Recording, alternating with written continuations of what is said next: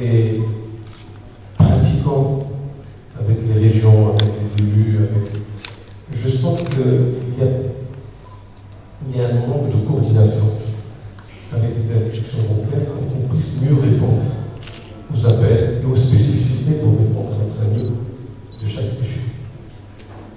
L'oriental est une région très importante, a joué une place historique et il joue une place importante dans l'économie nationale, et malheureusement nous sommes comme une île, parce que nous avons la mer, la partie nord, nous avons le Sahara, la partie sud, nous avons une frontière complètement fermée avec nos voisins. Et la première grande ville avec laquelle on aurait pu avoir des échanges importants, la ville de Fès, c'est par rapport à complètement orienté de Casablanca.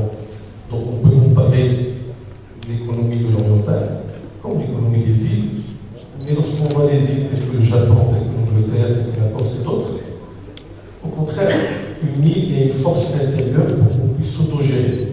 Parce que vous rentrez dans cette année, vous avez dit nous, on est là pour vous accompagner, mais à vous de nous montrer le chemin. Mais on ne peut pas le faire tout seul. On ne peut pas le faire tout seul pour deux raisons principales. C'est que nous avons un manque de compétitivité qui est dû à l'éloignement par rapport au centre. Vous nous avez cité deux exemples concrets de régions avec la banque, avec les banques populaires. Vous avez parlé de Casablanca et de Marrakech. On parle toujours des mêmes. Si vous voulez qu'on parle en tenant compte des spécificités de la région orientale, il va falloir que vous puissiez aider le tissu économique pour qu'on puisse sortir de cet isolement et dépasser ces problèmes, parce que nous pouvons être extrêmement compétitifs, mais à condition de nous aider à dépasser ces difficultés. Quelles sont ces difficultés pour les industriels classiques? C'est l'import et l'export des matières premières et des produits finis. Si je veux ouvrir une usine dans une industrie classique, qui va m'aider à importer la matière première? Qui va m'aider à exporter? Je réponds l'éloignement. De ce fait-là, et je réponds à notre ami, beaucoup d'études et de constats ont été faits. Et aujourd'hui, nous avons développé une vision extrêmement claire. Non, il n'y a pas de problème, je voudrais avoir la conversation parce que nous avons développé une vision très très claire. Nous sommes une région avec 8 provinces et préfectures. Nous avons deux grands poumons économiques. Un qui s'appelle Nadol. Je le dis haut et fort, vous allez avoir une visite demain à Nadol. Avec l'arrivée de Nadol Ouest-Med, il y aura un avant et un après Nadol. Parce qu'on a vu ce qui s'est passé à Tanger, on a vu ce qui s'est passé à Chida avec le Jean-François. Chaque fois qu'un port arrive, il ramène avec lui une dynamique exceptionnelle. Sachez que le port de Nadol va être le plus grand port de toute la Méditerranée. Si je dis cela, ça veut dire qu'il va être encore plus grand que le port de Tanger. Et aujourd'hui, la sagesse de la gestion de ce port, il est confié à Tanger-Med pour qu'il n'y ait pas de cannibalisation du projet de Tanger, du projet de Nadol. Mais ce port-là devrait être prêt dans 2 ans. 2 ans, c'est aujourd'hui. Donc il va y avoir une dynamique exceptionnelle qui va irriguer l'ensemble de la région. Et nous sommes en train de faire l'étude pour qu'il y ait un train qui va lier Oujda à ce port, en passant par Berkane. Donc moi j'avais dit qu'il y avait 2 poumons économiques forts. Le premier va être Nadol, ça c'est l'industrie. Et Oujda va être dédié à tout ce qui est service. Et je sais que vous êtes très sensible au système d'information et tout ce qui est métier d'offshoring. Aujourd'hui, nous pourrions être la première destination d'offshoring du Maroc. Pourquoi? Parce qu'on n'a pas l'handicap de l'industrie classique. Internet est démocratisé. Nous avons plus de 130 000 étudiants. Les gens ici parlent correctement un certain nombre de langues. Et on pourra être la destination low cost Maroc de l'offshoring. Par exemple, moi j'invite mon ami Simonet. Vous avez Diori qui a pris le site, le back-office. Ça coûte extrêmement cher de mettre aller là-bas. Pourquoi ne pas penser venir le faire chez nous? Vous allez gagner 30 à 40%. Non, mais je suis sérieux. Ce qui est valable pour la populaire peut être valable pour d'autres comptes, peut être valable pour l'administration. Pourquoi les back-office, on n'a pas besoin d'avoir une interdiction publique? On le fait dans une affaire qui coûte 50 000 dirhams, 40 000 dirhams au mètre carré. Nous, on peut vous l'offrir à 2 000 dirhams, on peut vous l'offrir gratuitement si vous voulez faire l'expérience avec nous en tant que populaire pour avoir le premier centre ici. Et ça, c'est une discussion. Vous vous allez bientôt déménager, ben, votre local, ce n'est pas la peine de le vendre, on peut le développer pour le transformer et faire tout ce qui est back-office de la première bord de la place, qui est la banque populaire, et vous allez pouvoir être le premier maillon pour attirer d'autres personnes. Je reviens sur le sujet d'aujourd'hui. Réponse à l'appel de Sa Majesté le Maître. On a besoin de Sa Majesté. Chaque fois qu'on fait un appel, et c'est lui qui fait des appels pertinents. Nous avons ce système au Maroc qui nous permet d'être exceptionnel par rapport à d'autres. Nous avons trois grands chantiers sur lesquels on peut travailler ensemble. Je parle de la microfinance et de la PPE, qui est le sujet d'aujourd'hui, si je m'abuse. Premièrement, au niveau de la région, si bien oui, on aurait pu le dire, il va être avec vous demain, nous avons un fonds pour accompagner les gens qui n'ont pas l'autofinancement. Mais tout seul, on ne peut pas aller loin. Alors moi, je fais appel aux banques nationales, à commencer par la Banque Centrale Populaire, d'autres pourraient venir pour qu'on puisse travailler ensemble, comment 1+1 égale 3.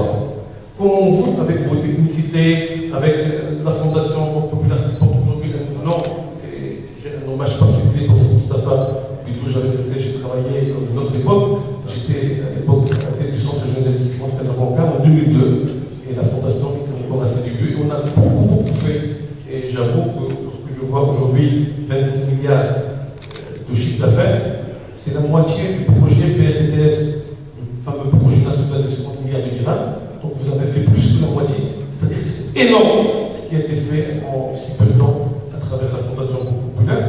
On a besoin de votre savoir-faire pour qu'on puisse mieux accompagner les tissus des pays de pays, mais surtout des très petites entreprises. La mentalité de l'oriental, la semaine dernière, on a clôturé un grand salon sur tout ce qui est économie sociale et solidaire. Il y avait plus de 750 coopératives nationales. Il y a plus de 40 millions de dirhams de chiffre d'affaires, plus de 350 000 visiteurs en une semaine. Ça correspond totalement à la mentalité des gens. C'est que la coopérative est une forme qui est entre le formel et l'informel. Et là, malheureusement, vous étiez présent, il y avait un certain nombre populaire, mais là, il va falloir qu'on puisse s'adresser à cette population pour qu'on puisse voir dans quelle mesure on peut accompagner pour que les gens puissent passer de l'informel vers le formel. Et là, il y a énormément de techniques qui existent. Je reprends pour dire, au niveau de la région, il y a un fonds, 30-40 millions de dirhams, mais on a envie de voir avec vous comment on peut mieux faire fonctionner ce fonds-là pour accélérer la création d'entreprises. L'INDH, troisième pilier, il y a un pilier pour la création des entreprises. Je peux vous dire qu'on avait déjà dans l'ancien INDH ce qu'on appelle les AGR, les activités génératrices de revenus, mais le résultat n'est pas très probant. Nous ne sommes pas des banquiers. On a des moyens, mais on a besoin de vous pour qu'on puisse travailler ensemble d'une façon très intime, pour qu'on puisse mieux faire financer les jeunes et voir comment on peut créer davantage d'emplois avec les fonds qui sont au niveau de l'INDH. Je vous remercie, madame, vous avez parlé d'une expérience de Jalada. Jalada, il y avait un feu, il a été éteint, Dieu merci. Et il y a un accompagnement très très fort de l'État qui a été fait. Et nous avons un fonds de 150 millions de dirhams pour l'appui aux créations d'entreprises et microfinancement. On a été obligé de fabriquer des produits bancaires. Def'al, Trier, Nesh'a, je ne suis pas là pour faire la promotion de ce fonds, mais là encore, il va falloir qu'on puisse travailler ensemble pour que vous puissiez nous aider à ce que ces jeunes puissent être accompagnés, tel que l'accompagnement se fait au niveau de la Fondation. 150 millions de dirhams, c'est pas rien. Si on arrive à réussir cette expérience de Jalada, on peut la généraliser dans d'autres comtés, à commencer par la région orientale. Sachez qu'au Maroc, le Maroc compte 20 provinces les plus démunies. Nous avons la chance ou la malchance d'avoir 5 parmi ces 20 provinces qui sont dans l'oriental. Mais l'oriental arrive à survivre avec deux choses. Un, l'ouattani internet, parce que nous sommes dans une zone transfrontalière. Toute l'économie frontalière aujourd'hui est à l'arrêt. Il y a un nez parce que même touché du haut, il y a un nez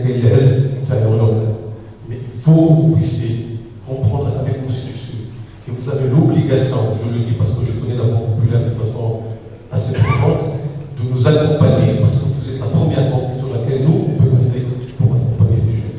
Je vous remercie d'avoir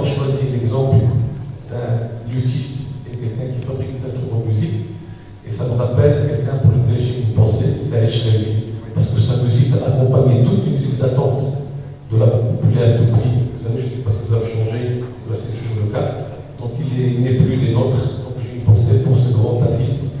Donc la banque populaire a toujours été l'ami des artistes. Je n'ai pas la peine de citer tous les présidents qui ont précédé.